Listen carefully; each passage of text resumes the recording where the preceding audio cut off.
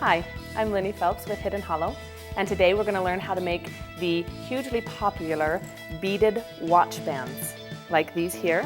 These are some examples of what we're going to be showing you, and we're going to show you exactly, step by step, how to create these fun, chunky looking beaded watch bands. To start, you're going to need stretch cord. The 0.8 millimeter is the size that we have chosen to use. Some people use 1 millimeter, but it's a little bit thicker, sometimes a little bit harder to get through the holes of the beads, so we've chosen to use that.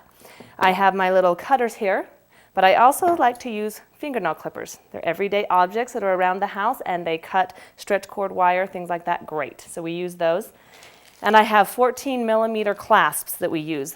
What you want to do is get out a length of stretch cord that's a little bit longer than your wrist. Well, let's go quite a bit longer than your wrist, because you want plenty of stretch cord to work with. One of the worst things you can do is run out of room when you're tying the knot at the end. And then you take that amount and you simply double it, like that. And here we already have our piece cut and ready to go. You get your clasps and you're going to check them to make sure that they open and close correctly. Because the last thing you want is to create your watch and then find out that your clasps don't work. Okay, so here we have some working clasps, and you're just going to slide them onto the stretch cord.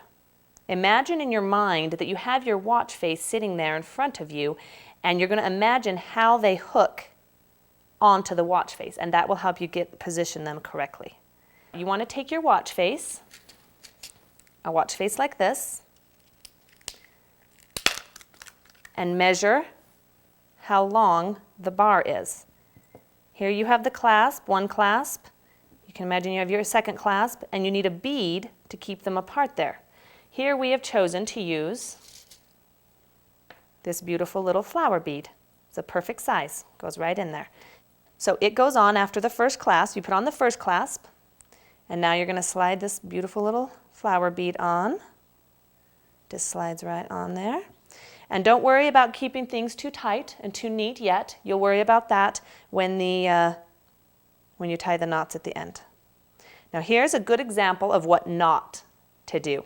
See how I've put this clasp on? Look at that. This one would clasp on just fine, but this one is upside down. That's a good example of how to watch those positionings of those clasps.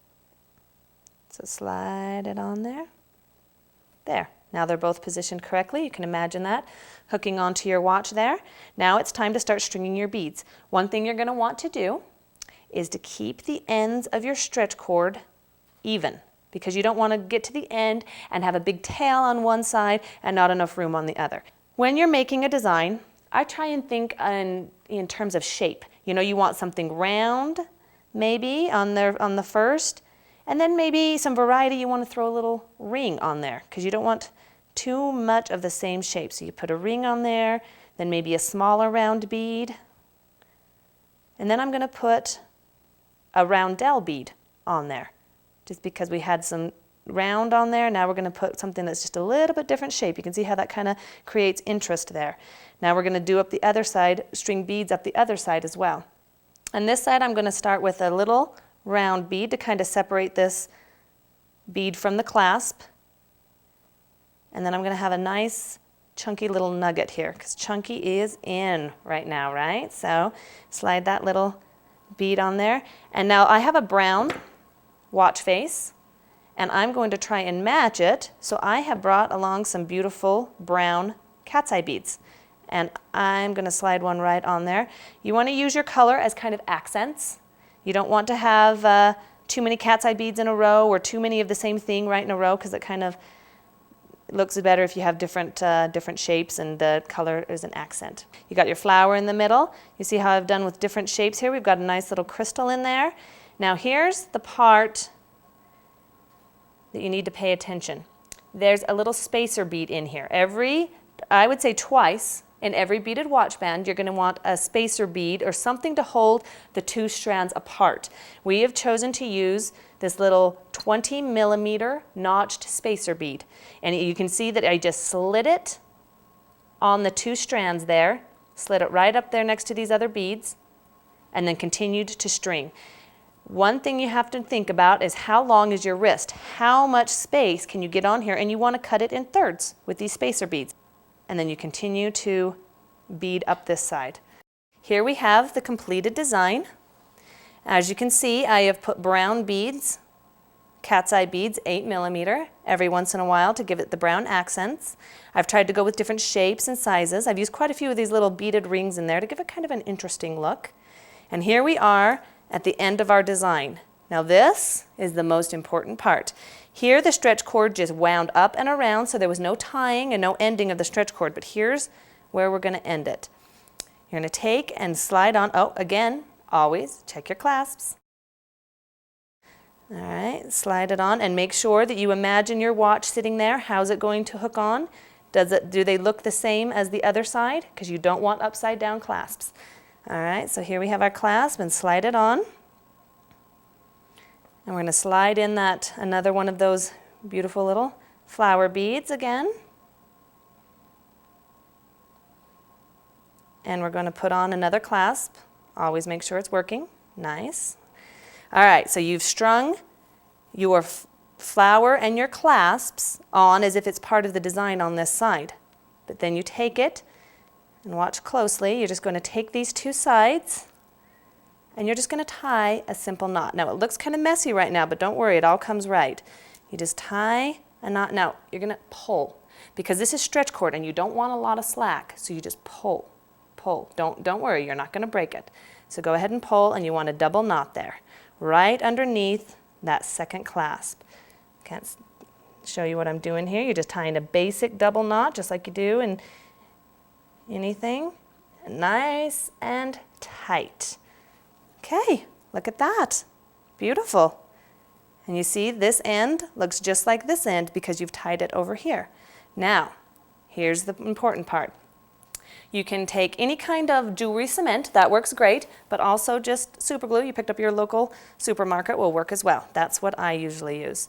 You just take it and you find your little knot and you just dab on the tiniest little drop. Now you're going to take your scissors or fingernail clippers or your wire clippers, whatever you've got. And you're going to clip that stretch cord off right at that knot. Just careful not to cut the knot itself. Okay. There we go.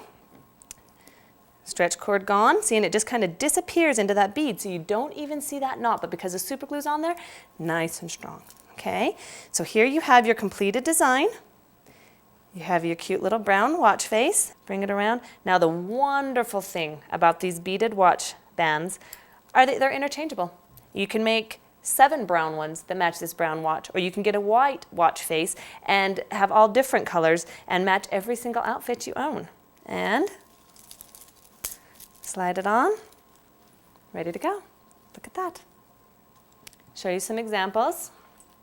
This one, I have used all silver because sometimes that's in, and I've used real chunky beads because that's in right now.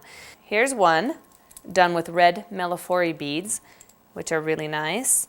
And I have taken one of these open beads that you can just string the stretch cord right through here and then through this bead, kind of giving it a floating look. It's really interesting. This last one I did with a mother of pearl face, and so I used some of our pearls that you can get from our pearl section.